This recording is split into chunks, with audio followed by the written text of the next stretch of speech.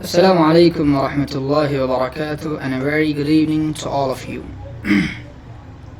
Okay, let's start today's lesson. So it starts, we are on the page of 89. Okay, common excuses in learning process. Okay, it's easy to come up with excuses for why good learning techniques aren't for you. Here are the most common excuses and how you can challenge them. Number one, I don't have time. Yes, this is one of the most most famous excuse. If you don't take the time to work problems and read more slowly and carefully, you will not be able to grow new neural connections, which is the only way you learn. If you have quickly run your eyes over the material in a book, it's still just lying there on the page. It's not in your brain. You haven't learned it. This is why you really need to focus while you are doing a Pomodoro, rereading if necessary. It helps you make the best use of your valuable time. I don't have a good imagination. The second excuse, creating metaphors and quirky pictures to help you remember might sound difficult. You may think that you don't have the same imagination that adults have. That's not true. The closer you are in years to your childhood, the more imagination you naturally have. You want to keep the childish imagination and build it by using your imagination to help you learn. What I am learning is useless. We don't normally have to do push-ups, pull-ups, or sit-ups in our everyday lives. But still, those exercises aren't useless. They help keep us in good physical shape. In a similar way, what we learn may be difficult from what we do in everyday life, but the new learning helps keep us in mental shape. More than that, new learning serves as a resource to help us transfer new ideas into our lives by using metaphor. Number 4, my teachers are really boring. Your teachers give you some facts and ideas, but you are the one who must come up with a story that has meaning for you and will help make the concepts stick in your mind. The most boring thing would be if the teacher did all this work for you already, leaving you with nothing to do. You are a critical part of the learning process. It's important for you to take responsibility for creating your understanding. Okay, pause and recall. After you read this pause and recall section, close the book and look away. What were the main ideas of this chapter? Write down as many ideas as you can. You will find that your neurons will fire better and you will remember more easily if you are actively writing. Okay, don't worry if you can't recall much when you first try this. As you continue practicing this technique, you will begin noticing changes in how you read and how much you recall. You might be surprised to learn that even distinguished professors will sometimes admit that they have trouble recalling the key ideas of what they have just read. Check this box when you are done. Okay, now just close the book and just think about that, what I have learned, in this whole 90 pages. Okay, now you try. Create your own metaphor for learning. We would like you to think about your latest learning challenge, whether it is in math, language, history, or chemistry. Try to come up with a good metaphor for what you are learning. Explain your metaphor to one of your friends. Remember, using a metaphor is really just finding a way to connect your new learning to something you already know. A good way to come up with that metaphor is to take out a sheet of paper and begin doodling. Surprisingly helpful ideas can emerge from silly doodles. Here are a few examples to get you started.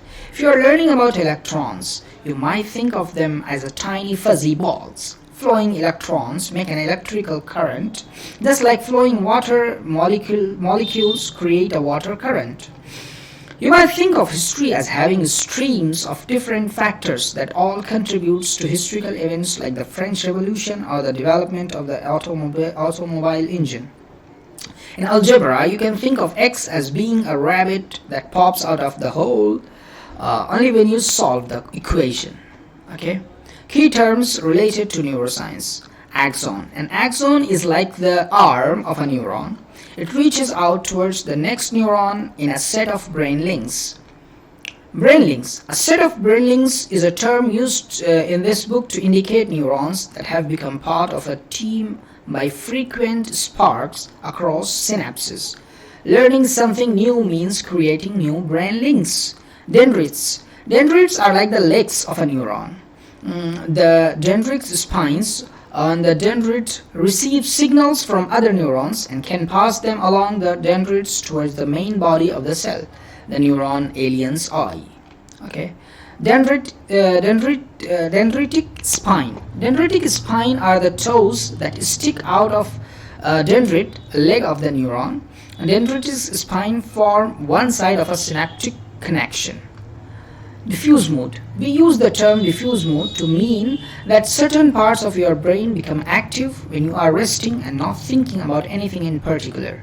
Neuroscientists call this the default mood network, the task negative network, or the activation of neural resting states. Focus mode. We use the term focus mode to mean that the certain parts of your brain go to work when you pay close attention to something. When you are focusing, the active parts of your brain are mostly different from those parts that are active in the diffuse mode. Instead of focused mode, neuroscientists use the heavy-duty term activation of task-positive networks. Neurons. Neurons are tiny cells that are key building blocks of your brain. Your thoughts are formed by electrical signals that travel through neurons. In this book, we say that a neuron has legs, dendrites, an arm, an axon. Almost like a space alien, an electric signal can travel from the neuron's legs to its arm, where it can shock the next neuron in a set of links. Neuroplasticity. The fact that trails in your brain can change and grow is called neuroplasticity. Your neurons are like plastic clay. You can mold. You can change your brain through learning. Synapse. A synapse is a spatial, very narrow gap between neurons. Electrical signals, your thoughts can jump across this gap with the help of certain chemicals. When we say a strong synapse, we mean that the effect of the signal jumping across the gap is stronger. Summing it up, that is khulasa. Neurons send signals that flow through your brain. These signals are your thoughts. Neurons have a distinctive look, almost like space aliens. There are dendrites on one side of the neurons, an axon and arm on the other. Dendrites' spine are like toes of a neuron's legs. The axon of one neuron shocks a dendrite spine on the next neuron. This is how one neuron sends a signal to the next neuron. The word synapse refers to the spatial narrow gap where the axon and the dendrite spine are nearly touching one another. A spark is sent from the axon to the dendritic spine. Metaphors are powerful learning tools. They help us reuse neuron trails we have already developed so that we can learn more quickly. If a metaphor is no longer useful, throw it away and get a new one. In our book, we point out that a set of brain links or mouse paths can grow stronger in two ways. Each synapse gets bigger, so each spark is stronger. Number 2, more neurons join in, so there are more synapses. Okay. You strengthen your brain links or mouse paths by practicing. It's easy to come up with excuses for why good learning techniques aren't for you. It's important to challenge these excuses. Even kids who start out badly at school can turn things around and end up being successful. Remember, Santiago Ramon y Cajal, the father of modern neuroscience. Check your understanding. Have the key ideas of this chapter slipped into your brain? Answer the following question. That neurons send to other neurons from your... Okay. So we have to fill it out from memory, draw a picture of neuron, label the key parts, try to do this first without looking back at the picture. Active recall instead of just looking at the answer. That's what helped the new set of brain links to grow. Does an axon shock? Does an axon shock a dendritic spine, or does a dendritic spine shock an axon? In other words, does the signal go from the axon to the dendritic spine or the other way around? Okay, what do you do when a metaphor breaks down and doesn't work anymore? Why did scientists think that your brain... These are the questions, you have to answer. You have to give it a try, and you have to answer these questions. Picture work done, a notebook ready for the next chapter. So this is chapter 5. The other side of the teacher's desk. Hi, I am All. Pleased to meet you. I'm helping Barb and Terry write this book. Sometimes professors use big words and long sentences. I'm here to keep an eye on the language.